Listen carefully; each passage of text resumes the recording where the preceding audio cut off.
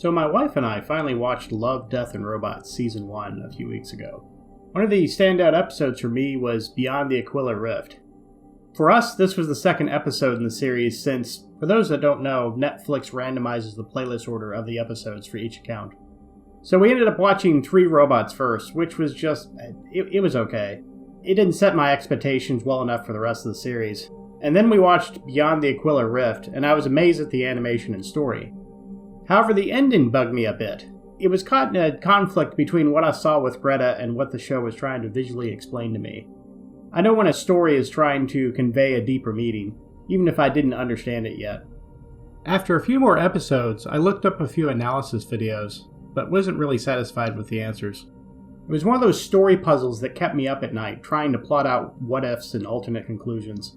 I read a few more YouTube comments, some Reddit posts, and after finding out it was based on a short story from a sci-fi author, ended up buying the book collection of short stories of the same name. This is not sponsored, but I really do recommend you check out the Beyond the Aquila Rift collection by Alistair Reynolds. The rest of the stories I've read so far are great, and fans of the Zima Blue episode will be happy to know that the short story it's based on is in this collection too. Buy a Kindle or paperback, but please stay away from the Audible option. Amazon has this ugly habit with its UI to switch to completely misleading mediums. In this case, the Audible option only has a single story for the same price. The narration isn't very well done, it's rushed like it's trying to meet some sort of quota, and the weird audio interludes just don't do it for me. Anyway, pick the Kindle or a physical book and you'll get a lot more enjoyment out of it. So why bother doing this video? There's plenty of other videos out there about the episode. Love, Death, and Robots came out several months ago, so I'm not being very timely with this video. And well, this is my first video I've ever considered to make for YouTube. Honestly, I just wanted to set the record straight. This is an important story, both to viewers who consistently put this as their top episode on various lists, and to Alistair Reynolds, who thought it important enough to put the story's title as top billing on his large short story collection. I haven't really found an existing video on these positions, especially as it pertains to the original short story. And really, I just wanted to answer the most important question about this story. Is Greta benevolent? I'll start with a breakdown of both episode and short story, so this is your spoiler warning for both. You'll have time to pause the video and check out one or the other out. It took me about 75 minutes to read the short story, and I'm a pretty slow reader. My wife took about half the time. And if you watch just the episode and don't care about getting the story spoiled for you, that's fine too. Also, some of this is fairly adult material. This is a Love, Death, and Robots episode after all, and I'll be briefly talking about the sex scene in that episode.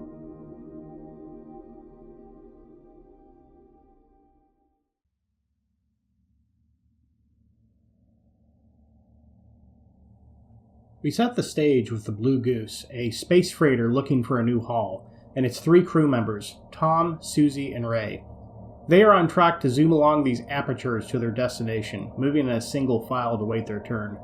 Susie discovers a quicker path along these junctions, which may or may not be a contributing factor to their downfall later. After a bit of light banter, and after the Archangel, a traffic controller of sorts, clears their departure, all 3 of the crew members climb into their surge tanks. A life-supporting liquid, possibly some sort of G-force dampening substance for the trip, fills up their chambers and the Blue Goose enters the aperture. As soon as Tom wakes up, he realizes something is wrong. There's red lights everywhere, and as soon as he gets to a window, he notices he's in a repair station. He immediately wakes up Susie, and they both ask questions about their situation. Tom then tells Susie to wake up Ray. Before they get the chance, Tom is first greeted by Greta, a familiar and unexpected face. She explains the routing error, and that they have been taken all the way out to Sam Lackey Station in the Sadar sector. Nobody reveals to the audience how far this is, but Susie at least recognizes the sector as being pretty far out there in known space. Soon, Susie passes out, which Greta recognizes as surge tank sickness. Tom promptly puts her back in the surge tank. Greta recommends against waking Ray, saying, "Your friend is better off asleep." Next scene is the bar.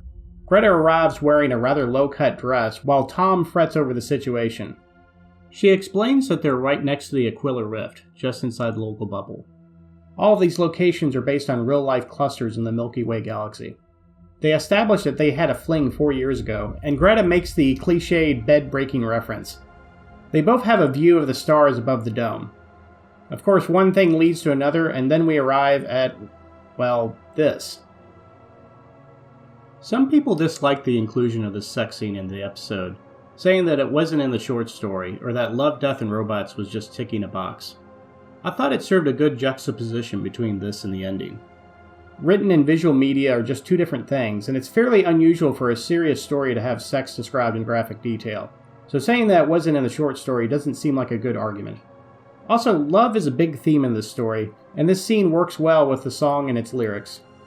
There's also the cultural significance of the scene to consider. That may sound like a strange label to apply to a scene like this, but hear me out. So, Season 1 of American Gods featured a gay sex scene that felt important to showrunner Brian Fuller. Both Brian Fuller and his co-showrunner Michael Green were gay, and the scene from the American Gods book stood out for him. To them, this was a rare opportunity to accurately portray a gay sex scene in an explicit but tasteful and artistic manner. So much so that Brian Fuller demanded they reshoot the scene.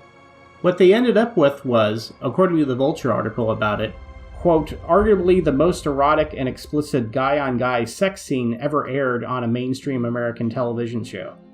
So going back to the one on Beyond the Aquila Rift, Love, Death, and Robots actively encourage these kinds of scenes. I mean, it's right in their name, and it's part of their heavily mature theme. Netflix was proud enough of the scene to have a separate marketing video about it. This thing took about 45 people working on a whole animation of the scene, not including all the awkward mocap acting the two stars had to do. And animated series such as this is such an extreme rarity. People compare Love, Death, and the Robots to Heavy Metal, a 40-year-old movie, or The Animatrix, a 25-year-old series. So they produced arguably the highest quality 3D animated sex scene in any industry. I'd say let Netflix and the rest of them be proud of that. Anyway, before people get the wrong idea, let's move on to the next scene.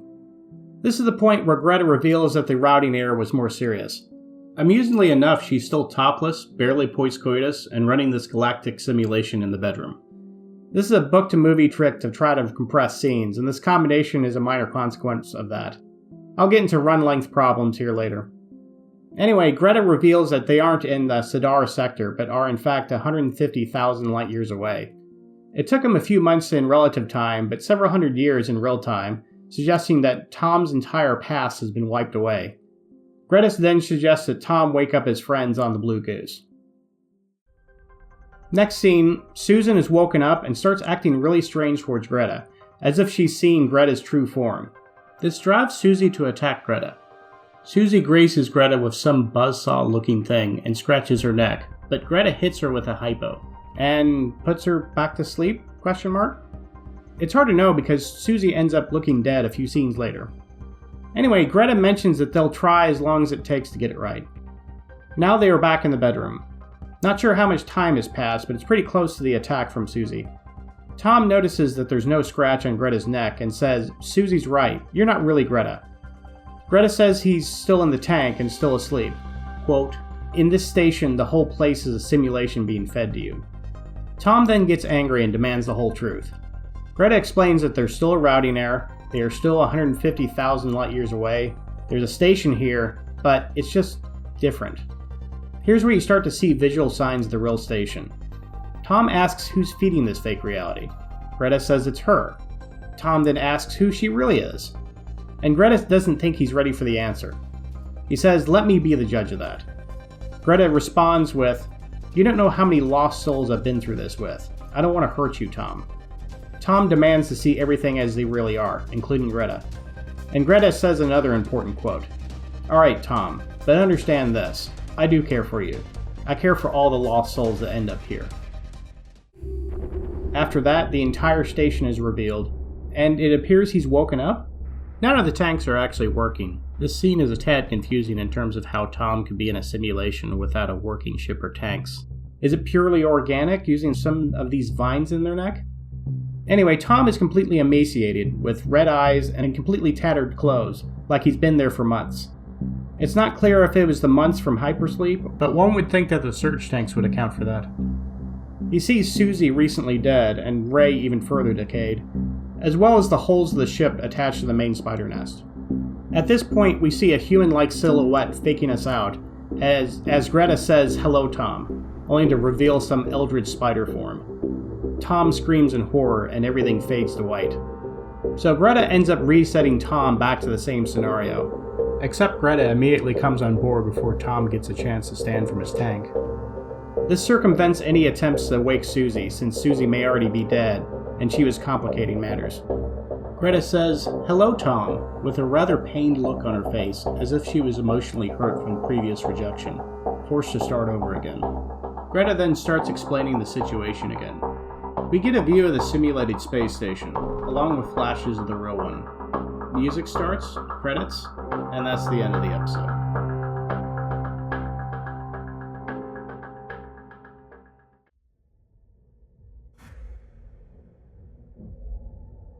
First, let me start out by saying that the episode is great in its own right. We wouldn't be talking about it so much if it wasn't.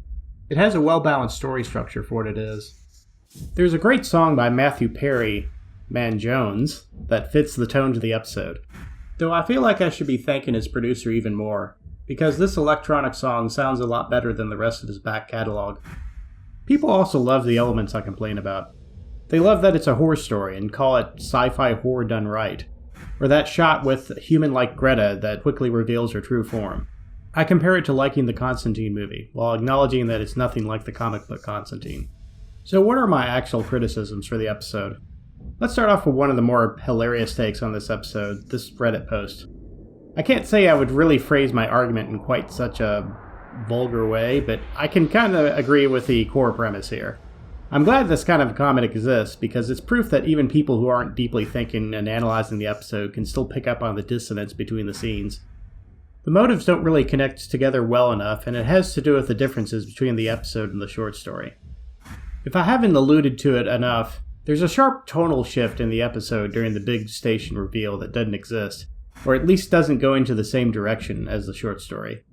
It's not supposed to be a sci-fi horror story, and this kind of sharp direction change isn't very clean either.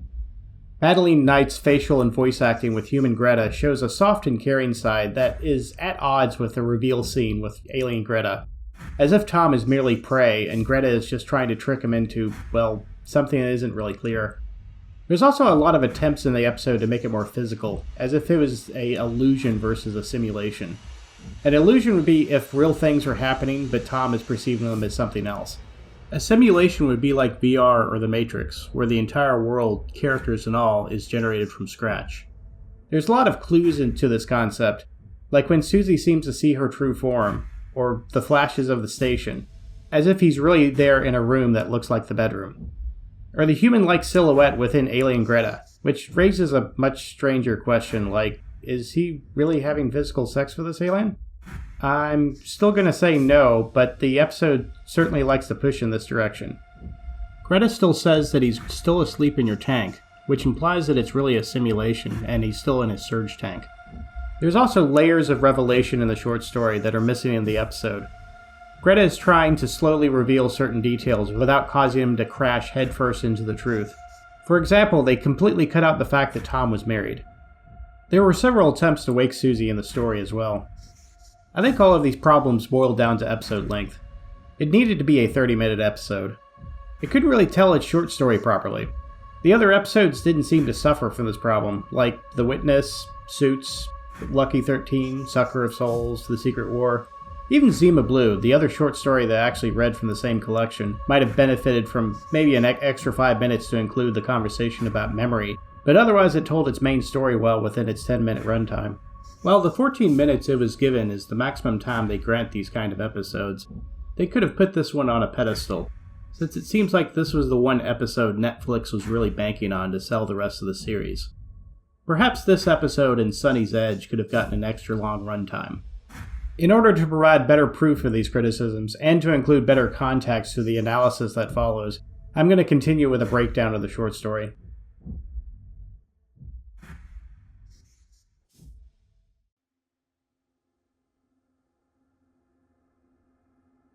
This is a small detour here, but it's important to understand a bit about the alien technology used to jump from system to system. These apertures have existed for thousands of years, built from a long-dead civilization. Humans discovered these things around 200 years ago, and while they pretend that space travel with these things are safe, in reality they know just enough to have a, quote, acceptably low failure rate. It runs on a syntax language, and the routing is akin to internet network packets, moving from point to point and hoping your ship arrives at the right destination. The story is based on real space, with real-time relativity, since moving at faster than light speeds comes with differences between ship time and the surrounding universe. In ship time, only a few days could pass, but it could be many months or years later from the outside, which serves as one of the main plot devices in both versions of the story. Most space travelers, including Tom, only venture out within the local bubble, a real region of space within the Milky Way galaxy that's around 300 light-years in diameter, with our Sol solar system close to the center. Aquila Rift is another real region of space, quite a bit farther than the local bubble, but still within the reach of humans, as they still have functioning apertures to get there and back.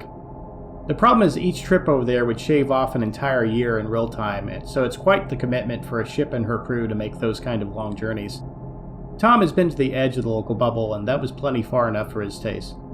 Going back to the title of the story, and knowing all of the back history of space travel in this universe, the phrase Beyond the Aquila Rift isn't really a proper destination. There are no functional apertures beyond the rift. It's, quote, shorthand for the trip no one ever hopes to make by accident. It's a ship ripped out of time, a ship that entered an aperture and disappeared due to a routing failure, never to be seen again by the people that knew them. The short story starts out with Tom trying to wake Susie for the first time. At this point in the timeline, Tom is already with Greta and is already aware of their terribly long journey. Susie wakes up and starts asking the typical questions. But Tom is so scared with what he eventually has to say that he starts shaking. Tom tells Greta to end it, and Greta hits her with a hypodermic shot in the arm to knock her out. Greta tells him that she won't remember anything, since the conversation never hit long-term memory. Greta is very caring to Tom during this ordeal, saying that nobody said it was going to be this easy, and you're a kind man, Tom. These scenes are intercut throughout the story, showing Tom trying and failing to give Susie the bad news in a manner that won't cause her to go mad. See, Susie is entirely too smart to see through Tom's attempts at diffusion. She immediately realizes that her body is too weak and the journey was too long. He even tells her the truth at one point, and it's just too much for her to take. There's 4 of these subchapters in the story, but it's implied that this happens a lot more often. It's also heavily implied that Tom has already gone through the memory reset himself during this time, since the last Susie subchapter has him going through a similar conversation as the first one, and he thinks it's the first time waking Susie. This is, of course, foreshadowing that Greta is going through the same kind of process with Tom as Tom is with Susie. Also, an important detail found out near the end of the story is that Susie and Ray were both dead on arrival due to their custom paint jobs they had on their surge tanks. The paint particles would block intake filters, and it wasn't the kind of thing that mattered for basic space travel, but it's fatal for the kind of exceptionally long journey they had. So, throughout all of these scenes, Tom is interacting with a simulated Susie that Greta created for him, giving him a challenge to occupy his mind, away from the depressing reality he's already been exposed to so far, while also perhaps giving him hints that Tom is involved in the same process. The timeline of the story properly starts at a similar matter as the episode. The Blue Goose is stuck in the space freighter traffic jam for the next 8 hours. Since they have plenty of time to kill, Tom encourages Ray and Susie to figure out ways to shave time from their trip. Ray goes off to recalibrate the Q-planes, and Susie tries to find syntax patches from other routing experts that might make the trip shorter. I'm not really sure what a Q-plane is, it's just an important part of the ship that's needed for aperture travel. Tom then leaves a message for his wife, Katerina. Ray then tells Tom that they've gotten word of a slot opening in 30 minutes. Tom thinks this is great news, but Ray just started this full calibration on the Q-planes, and is left with the task of putting this stuff back together in short order. It would be like dismantling a car engine and being asked to put it back together in 30 minutes. So, in this version of the story, Ray is the one with the suboptimal aperture mistake that may have doomed their journey. Anyway, they take the slot, since not taking it would risk an even worse delay, get everything in order, and go to their surge tanks. Like the episode, Tom wakes up and immediately knows something is wrong. He looks out the window and sees the repair facility. Before he has time to do much, he's greeted by a repairman with bad teeth named Colding. His bad teeth are quite noticeable, because it's the future, and it would take some effort to actually achieve teeth like that. So, Colding gives him the news that they are at Samlaki Station, at the edge of the local bubble, about 40 days round trip. At this point, Greta enters the picture. Greta's an old flame of Tom's from about 10 years ago. They have a bit of banter and talk about their situation. Greta recommends against waking Susie or Ray, saying that there's no sense in worrying about their families. Tom stays overnight at a hotel. He then wakes up and visits Colding to get an estimate about the ship repair. Colding tells him it's going to be about 2 to 3 days instead of the 1-day estimate he gave him yesterday. Tom grumbles a bit and moves on. Greta suggested they meet for breakfast to catch up on old times. So Tom meets her at a hotel terrace for breakfast.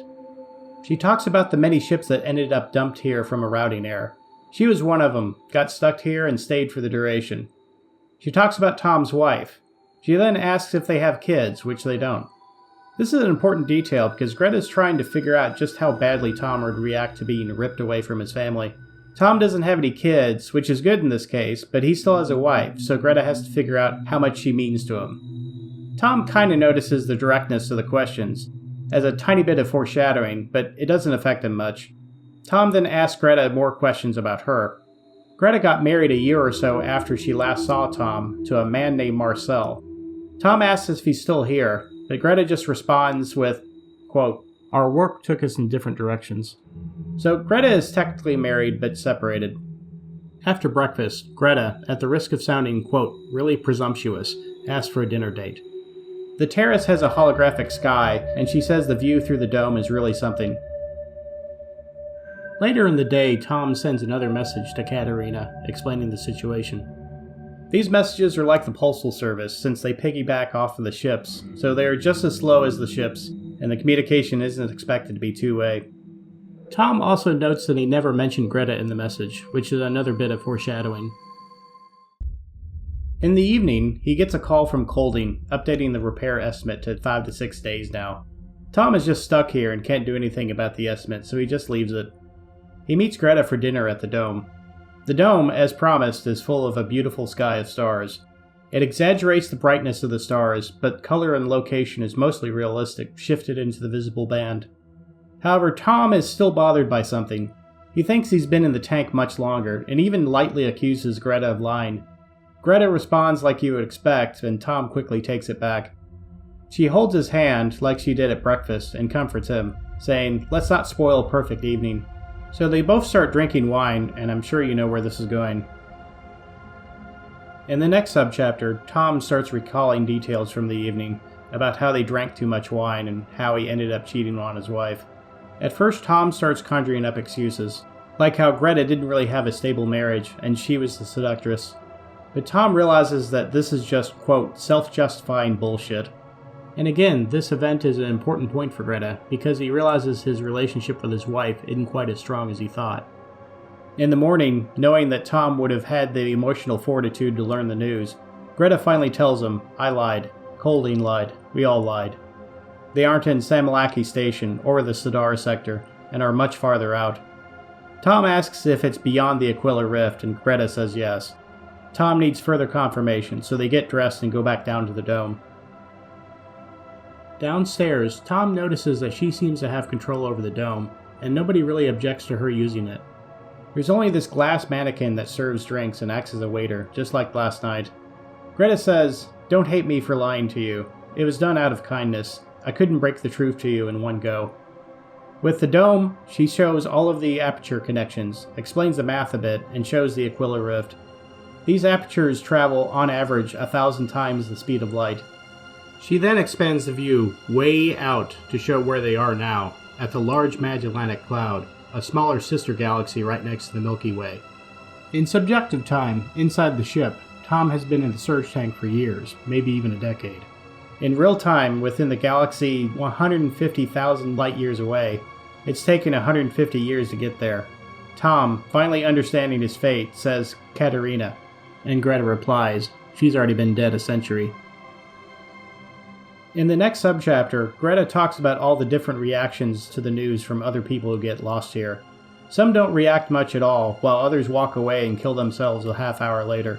Tom wonders why Greta didn't tell him right away, to which Greta responds with, "I waited until after we made love, because then I knew Katerina couldn't mean that much to you." Tom retorts with, "Fuck you," and Greta makes the super obvious comeback. This just pisses off Tom even more, but he eventually calms down. Greta tells him that their ship was the first. Quote, "After the routing air, we had enough supplies to set up a self-sustaining station on the nearest rock. After a few years, another ship came in, damaged and drifting, much like the Blue Goose. They repaired their ship and broke the news to him. Tom asks how they took it. Greta responds with this important quote, "A couple of them went mad. Another killed herself. But at least a dozen of them are still here. In all honesty, it was good for us that another ship came through. Not just because they had supplies we can use, but because it helped us to help them. Took our minds off our own self-pity. It made us realize how far we'd come, and how much help these newcomers needed to make the same transition. That wasn't the last ship either. We've gone through the same process with 8 or 9 others since then." Greta then asks Tom to try to revive one of his crew members, since it can help smooth the transition process, and this is how we arrive at all of the Susie subchapters. Days later, Greta and Tom are having conversations about trying to wake Susie properly. They are both very friendly to each other, Greta calling him a strong man and saying, "I knew you'd come through this." They are lovers in a relationship, with Greta guiding Tom through his situation. Tom himself thinks about how he doesn't have any crushing spasms of grief, or anything besides bittersweet regret. Tom continued to find a way to deal with Susie, remarking, "She has become a puzzle I couldn't leave unsolved." Tom realizes he's come really far, with people around him to, quote, "provide love and partnership and a web of social relations." There are more people under the dome, and he's comforted by their vague familiarity. Then he discovers that all the faces are, indeed, vaguely familiar. Holding and his bad teeth, for example, was a real face he knew in the distant past. A different name and situation, but the same face. The other faces he saw were the same way. Tom makes a revelation and asks Greta, "Nothing here is real, is it?" This hits Greta with an infinite sadness. She realizes the ramifications of what comes next. She admits that it's all a simulation, admits that Susie and Ray are dead because of the paint blocking the intake filters, admits that Susie was simulated, and that he's not really awake. He's still alive, but not at full consciousness yet. Tom wants the whole truth this time. Greta says that the station exists, it just looks different. Tom wants to see the station as it is, and Greta doesn't think he's ready for it. "You've only made half the journey, Tom." Tom asks how she made it, and Greta says, "For me, everything was different." Greta changes the dome to show the aperture network again, and shows all of the different domains, saying, "You can't cross from domain to domain, but they still work otherwise, except for the occasional routing error."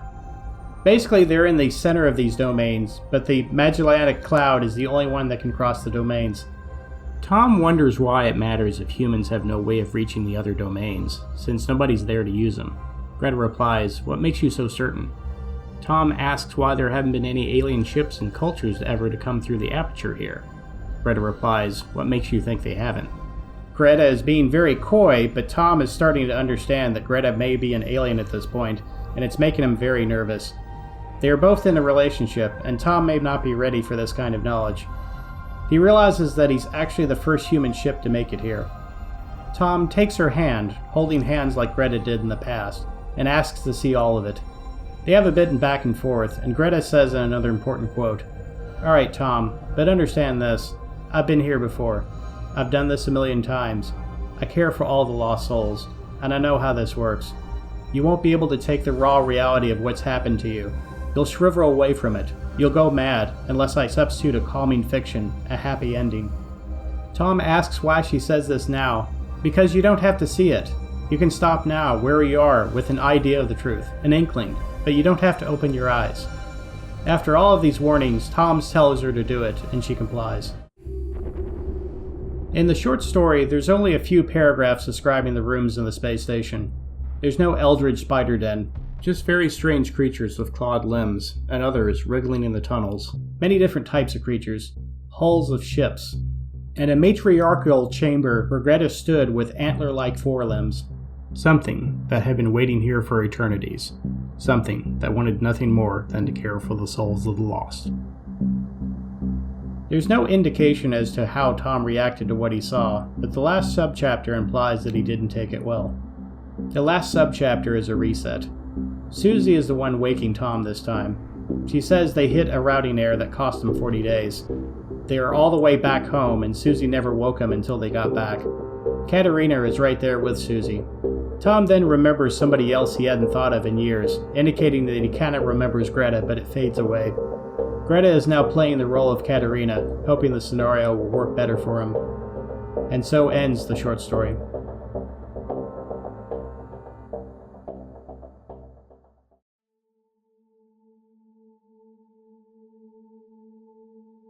After the routing error, what possible outcomes could have happened?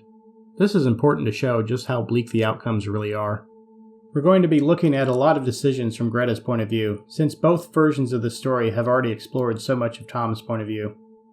I also don't believe Greta as being an unreliable source in the conversations of Tom, because she has no reason to lie to him for the most part.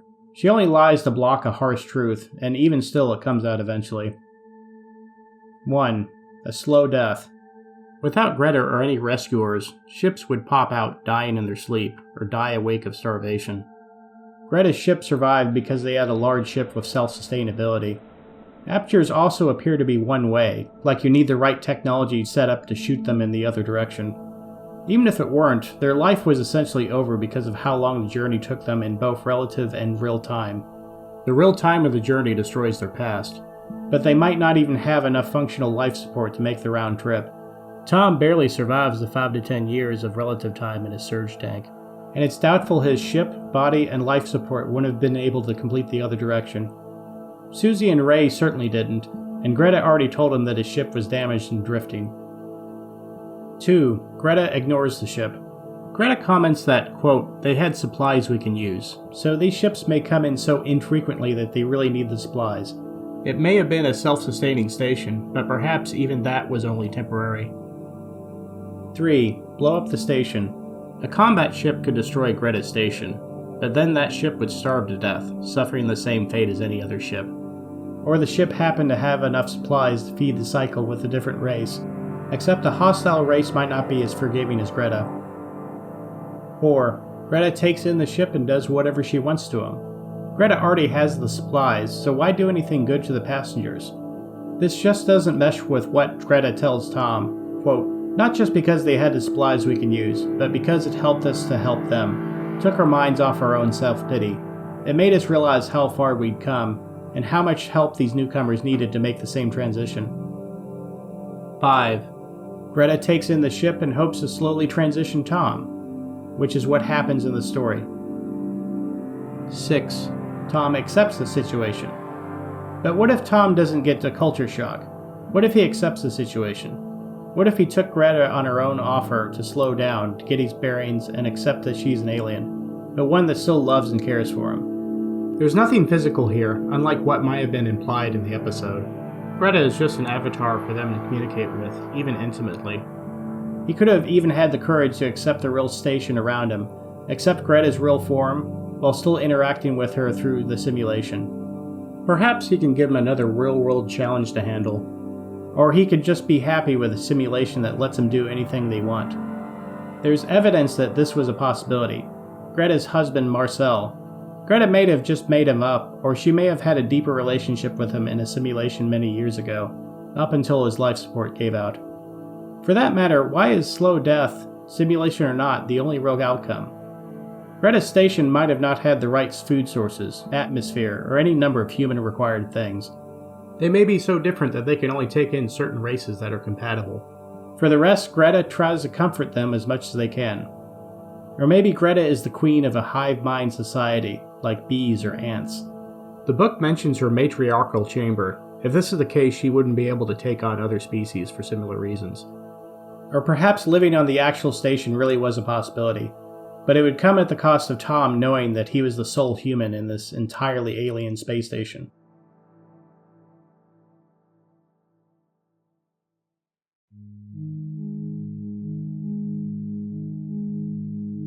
So, the question remains, is Greta benevolent? Yes, definitely. She literally has Tom's life and memories in her hands, and trying to get him to accept the grief of what has happened is what she chooses to do with Tom. It's a hard job that takes various scenarios and tries to get right, and she's been doing this for a long, long time, maybe even hundreds of years. Does Greta have ulterior motives? Also yes. All the ships that get lost here have valuable supplies. Does that make her a pirate? Sort of, but perhaps we call her a scavenger instead, since we have to assume that these ships in its decades-long journey are going to be in an irreversibly damaged state, and scavenging these ships is the only way she can survive. It wouldn't make it any less questionably moral if the roles were reversed. We just think this way because we're always rooting for the humans. She's completely and utterly lonely until a new ship arrives. So she craves a relationship to take her mind off her own self-pity, since misery loves company, as they say. But all relationships are two-sided. Each party wants something out of it. There's nothing evil or amoral about that. Beyond the Aquila Rift is not a horror story. It's a story about grief, acceptance, and having the courage and emotional fortitude to care for or even fall in love with another species. That latter detail is a sci-fi and fantasy concept older than any of us, from countless sci-fi TV series to Tolkien's Lord of the Rings. But it's told from the backdrop of being lost and losing everything, being ripped out of time and space, and having to deal with that emotional pain, hopefully with somebody else to share it with. And even if one can't contain the culture shock of being among aliens, at least there's someone there that cares enough to provide a calming fiction.